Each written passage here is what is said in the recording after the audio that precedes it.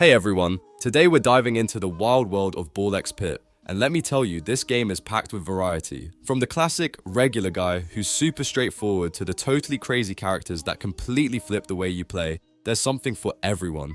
Each character throws the balls in their own quirky and unpredictable way, which keeps every level feeling fresh and exciting. Seriously, you could spend hours just experimenting with all of them. But here's the thing, while the game really encourages you to try and beat each level with every character, you'll quickly notice that some are way easier to handle than others. Some of them just make winning feel effortless, while others, well, let's just say they keep you on your toes. In this video, we're going to break down which characters are the strongest, which ones are the most fun, and which might leave you screaming at your screen. So grab your favorite ball and let's jump right in. I'm quickly moving on to the video and I'm ranking main characters in Ball X Pit.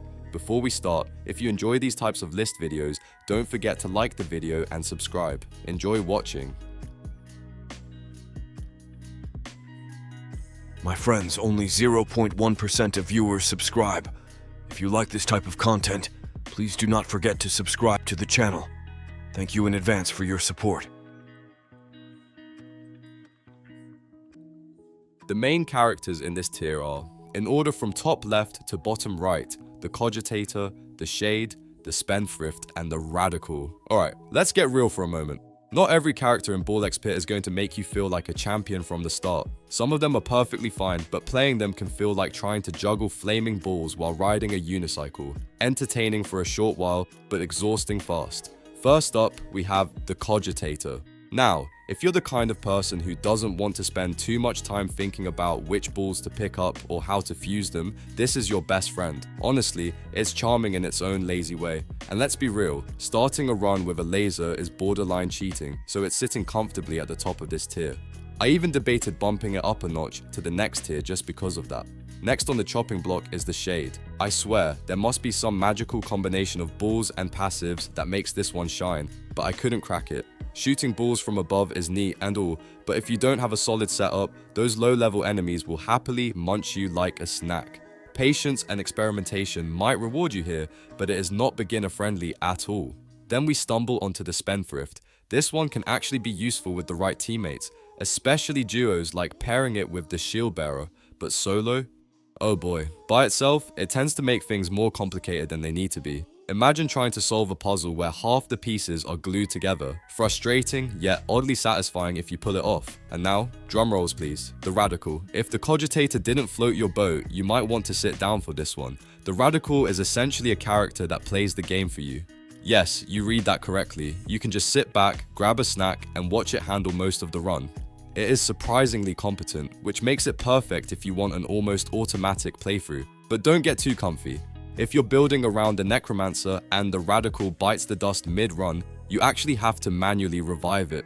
So yes, there is some accountability here, and the game makes sure you can't just nap the entire way through without a small consequence. Looking at these characters as a whole, you can see why they ended up in this tier. They're not bad, but they require either a very specific strategy or a very high tolerance for chaos. Each one has its quirks, and if you love experimenting, this tier might actually be a hidden playground of fun. At the end of the day, these are the characters for the bold, the patient, or the slightly lazy. They can surprise you if you know what you're doing, or frustrate you endlessly if you don't. Either way, they add a lot of flavor to your runs, keeping the game from ever feeling completely predictable. So, if you're feeling adventurous, or just want to watch a character do all the heavy lifting while you sip your coffee, this tier has something for everyone. Just remember, a clever strategy base and a bit of patience go a long way here, and sometimes, chaos is the best kind of fun. The main characters in this tier are, in order from top left to bottom right, the Embedded, the Tactician, the Flagellant, the Cohabitant, and the Empty Nester. Let's dive into the mid-tier magic, where things get interesting but also a little tricky. These characters are good, no doubt, but each comes with quirks that might make you scratch your head or laugh at the chaos. First up, the Embedded. I actually like this one because it gives you a solid starting ball, and the effect is just downright cool. Imagine every ball acting like it has ghost applied, basically haunting your enemies with style. But here's the catch, losing bounces early can totally mess up your game later. If you're fast at building great balls, you'll be fine, but slip up and it can get messy. Then there's the Tactician. I have to admit, this character is a breath of fresh air. It changes how you approach each run, forcing you to think ahead and calculate your bounces. Sounds fun, right? Well, if math and predicting angles aren't your strong suits, expect to lose some of the good effects along the way. Those fancy bounce combos? Gone in a flash. Also, a word of warning, runs with the tactician can drag on forever. I'm talking over 30 minutes sometimes. It's like watching a marathon of someone juggling flaming balls. You admire it, but your patience might run thin. Next, meet the Flagellant. Usually I'm not a fan of Egg Sack, but this character turns it into something terrifyingly effective. All your balls bouncing off the floor, pure chaos, pure fun. Pair that with some clever add-ons like Cell, and you have a recipe for domination. Just be careful. Catching your bouncing balls can be a nightmare if you're not paying attention. The Cohabitant is a character that looks awesome on paper. Double the balls sounds great, right? Only downside, your total damage is halved and the inverted aim takes some getting used to. It's like trying to write with your non-dominant hand while juggling. It works, but don't expect it to be pretty at first.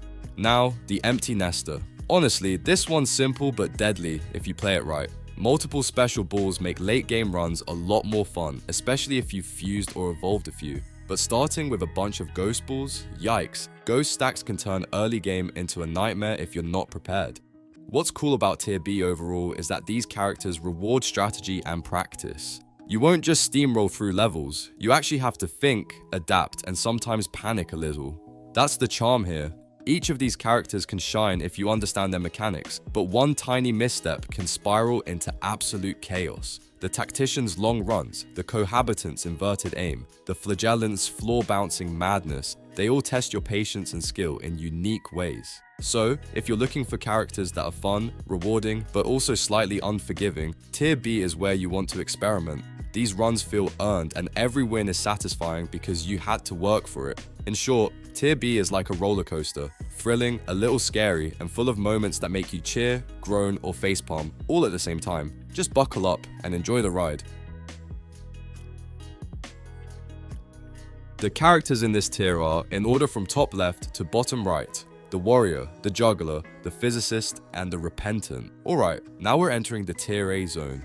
The realm of characters that are not just as strong, but actually fun to play. These four are the chosen ones, the cream of the crop, the heroes who make you feel like a legend, while bouncing balls like a pro. First up, the Warrior. Don't let the basic label fool you. This guy doesn't have flashy skills, but sometimes simplicity wins the day. You don't need to overthink anything, just pick your balls, pick your allies, and watch the Warrior get work done. Surprisingly, it often outperforms some of the fancier characters that are supposed to change how you play. Then there's the Juggler. This character is all about angles and strategy, hitting the back of an enemy and making the ball bounce with your closest allies. That's pure damage chaos, in a good way. The tricky part comes with bosses that don't have a nice square structure, especially if you've already cleared the surrounding minions. Finding the perfect angle becomes an art form here. Now, the Physicist. This one's almost perfect for smart plays and boss fights. The only real downside is when your balls get stuck on the top columns or rows and you've missed some enemies down below. If you can avoid that though, the Physicist turns every run into a satisfying exercise in precise bounces and clever strategies. Next, meet the Repentant. This character requires a bit of setup to really shine, but when it works, oh boy, it's a powerhouse. Having a bounce mechanic in a game that literally encourages bouncing balls as much as possible can feel almost overpowered. Just watch out for the top wall penalties, they can punish sloppy aim. Pairing the Repentant with the Physicist, the Shield Bearer, or the Juggler, that combo is a nightmare for enemies. The synergy is real and you'll feel unstoppable if you get it right. It's one of those wow, this actually works moments every run needs. What makes Tier A so fun is that these characters are both strong and accessible. You don't need to spend forever figuring out crazy setups to be effective. At the same time, mastering angles, bounces, and synergies adds a layer of strategy that keeps the game fresh and exciting. Basically, Tier A is where power meets playability.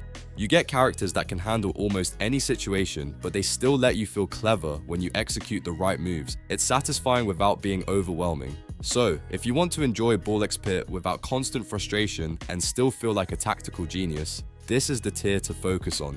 Fun, strong, and rewarding, it's the sweet spot of the game.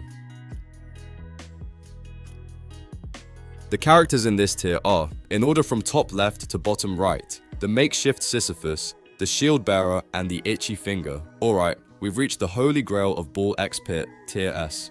Only 3 out of the 16 characters made it here, and trust me, these guys are ridiculous in all the right ways. First up, the Makeshift Sisyphus. Losing your baby balls can feel brutal at first, I won't lie, but the payoff is enormous. Starting with a 4 times multiplier for area of effect attacks and status effects? Absolutely busted. Level up your starting ball, add some clever mixes, and suddenly you realize you don't need anything else to dominate the game. Just watch out for balls like Cell that can become useless and plan your evolution path carefully. Then there's the Shield Bearer. This one might feel counterintuitive at first. You need to get up close and personal with enemies to really shine, but once you get the hang of it, it's spectacular. Massive damage after a few bounces and a gameplay style that feels almost like Arkanoid? Chef's kiss. If you love duos, pairing the Shield Bearer with the Itchy Finger carried me through every stage without breaking a sweat. Speaking of the Itchy Finger, this is basically the powered up version of the Warrior. Nothing too flashy at first glance, but the additions make all the difference. It's strong, it's reliable, and it's ridiculously easy to use. What more could you ask for in a Tier S character? These three together represent the pinnacle of Ball X Pit gameplay. Whether you're crushing bosses, chaining crazy bounces, or just having fun experimenting with synergies, Tier S characters make it all feel effortless. So, if your goal is to breeze through stages, rack up insane multipliers, and feel like an unstoppable force, these are the characters you want in your lineup. Tier S isn't just strong, it's downright majestic. The video ends here. See you in another video. Don't forget to subscribe.